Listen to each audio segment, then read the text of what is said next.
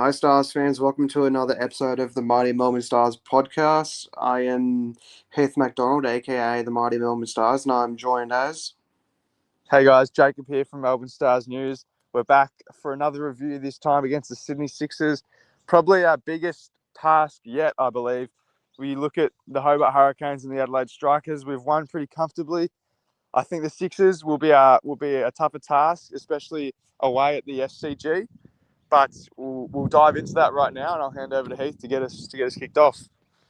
Yeah, thank you, Jacob. So the Sydney Sixers are coming off two losses and one win. The two losses being to the Scorchers and Strikers, but they beat the Thunder. Obviously, they didn't get the job done against the Scorchers or the Strikers, but they got the job done against the Thunder thanks to Josh Phillippe's 94 not out or not even 94 runs, which was good for them. So when you look at the Sixers, they're obviously coming into this game back of a win, but they obviously got two losses beforehand. What did you make of the Sixers so far this season? They've been interesting, the Sixers. It's been a little bit on and off. They've had some tough games. They've got some key injuries as well, and they haven't been consistent, which is unlike the Sydney Sixers. So look, I think they've bounced back, and they've shown that in the Sydney Smash, which is a crucial game for them, similar to the Derby for us. What I've noticed about them is just their strong middle order. Jack Edwards looks really dominant. We know Jordan Silk can tear people to pieces. He hasn't done it yet, but I just think their batting attack is quite strong. If Babar Azam can get going, that's something we have to watch out for. He finally hit form against the Sydney Thunder. Josh Phillippe's been in incredible form. So they're kind of the main things that stand out for me. Yeah, very nice. So that's a bit of a debrief. So what are the players that we need to watch out for in the Sixers lineup? As you said, they've got a strong middle order and they're just a consistent team, but they can be on and off, like you said. Yeah, I mean, Ben Dorshus is always someone who's so dangerous with bat and ball, but particularly ball, especially the SCG, their home ground. It's going to be tough. Todd Murphy will be out. Obviously, with the Boxing Day test, so that's huge for us. Who comes in for him, I'm not sure. Kane Richardson was someone who stood out for me, actually, in the Sydney Smash. He was really good with the ball. So, look, they're probably two bowlers that I'd be looking out for, and then the batters that I just previously listed, Josh Philippe, Baraz, those guys are going to be key with the bat. Yeah, that's very good. Obviously, we've listed their strengths. So, what do we need to do in order to get the job done at the SCG? What you saw from last night, as we got the job done against the Strikers, but we obviously there was a bit we needed to work on. We'll get into that once we do the review. But where do you think we need to get the Sixers as we have to get the job done to go 3-0 and remain the only unbeaten beaten team in the comp so far?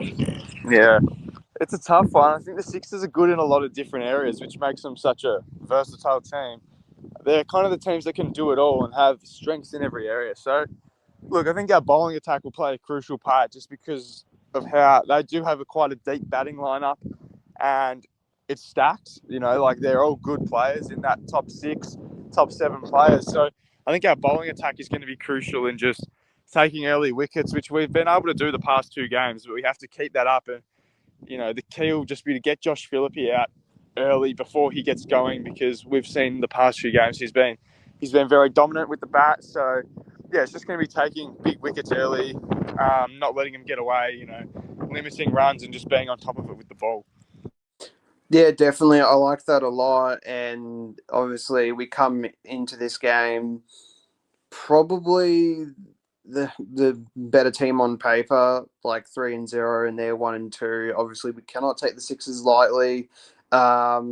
We should be winning this game, but like you said, a big test. And if we go 3-0, that'll set up our season tremendously. And we only need what 5-6 wins to get us into the five, as as what we put it. Yeah. Yeah, 5 wins got us there last year. However, it's not guaranteed. If other teams had have won, we wouldn't have made the finals. So we got lucky there. But 6 wins would be more of a lock. But hey, let's aim for 8 wins. Let's finish first. Yeah, yeah, definitely. I like that.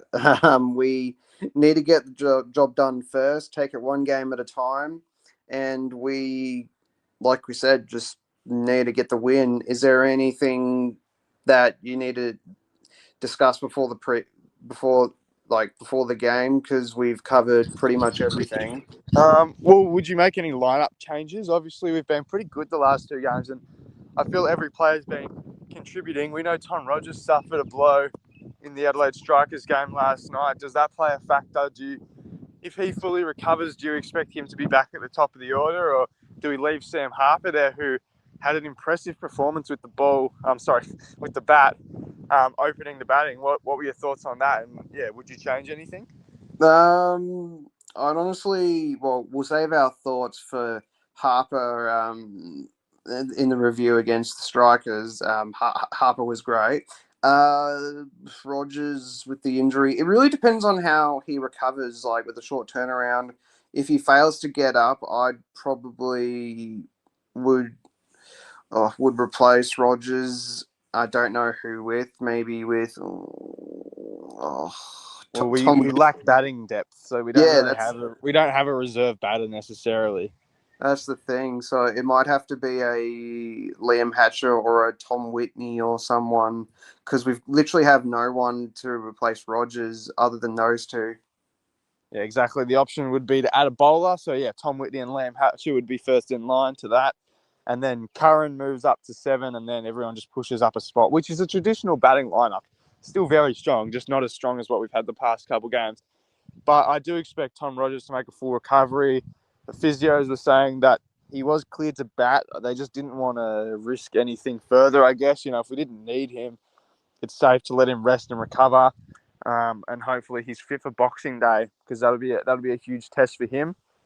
And yeah, in terms of Sam Harper, yeah, I know we won't talk about his knock too much, but in terms of the lineup for the Sixers game, where does he sit? It's really difficult. Callaway's done well at 3. I think he struggled a little bit last game, just kind of finding his groove. We didn't see too many boundaries. He just didn't look as comfortable. We know Maxwell really struggled. He got thrown into that situation, which probably wasn't the best option. Stoinis was dominant once again. I really like Stoin at 4, so I'm lost on where Harper comes in, because you don't want to put him necessarily at 3 or 4, because that's Callaway and Stoinis. And then if you put him at 5, it feels too low to have Cartwright and Maxwell at 6 and 7. So I'm a bit lost, but I guess you just have to kind of see the situation of the game. If we Yeah, lose wickets early, then we can afford to send Harper in and take his time. But if we're only 1 wicket down and there's 7 overs to go, then there's no point sending Harper in or Callaway, and you may as well send in the big hitters like Cartwright and Maxi. So I guess we wait and see what happens in the future. yeah, definitely. Who would you rather put in for Rogers if he doesn't get up, out of Hatcher or Whitney? Well, Whitney had a drop catch in the field last night, and I'm not saying that defines him. I've never really watched him play much cricket, but I just think Liam Hatcher's the more experienced option. We've seen what he can do both at the Melbourne Stars, at the MCG, and the Sydney Thunder. He's an experienced player. He's a quick wicket taker. Look, I really wouldn't mind. I think they're both similar players, but I'd go Liam Hatcher just because of the experience that he brings and his value. But I'd be happy either way.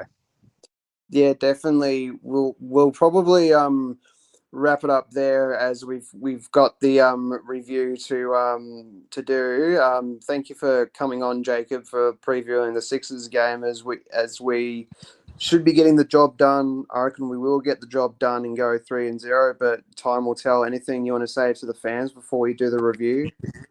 Thank you all for listening to another episode of the Mighty Melbourne Stars podcast. A shorter one today, and yes, as Heath mentioned, we're a bit time restricted. Obviously, Christmas Eve, we don't want to film on Christmas, so we have to knock out an Adelaide Strikers match review right now with a few guests.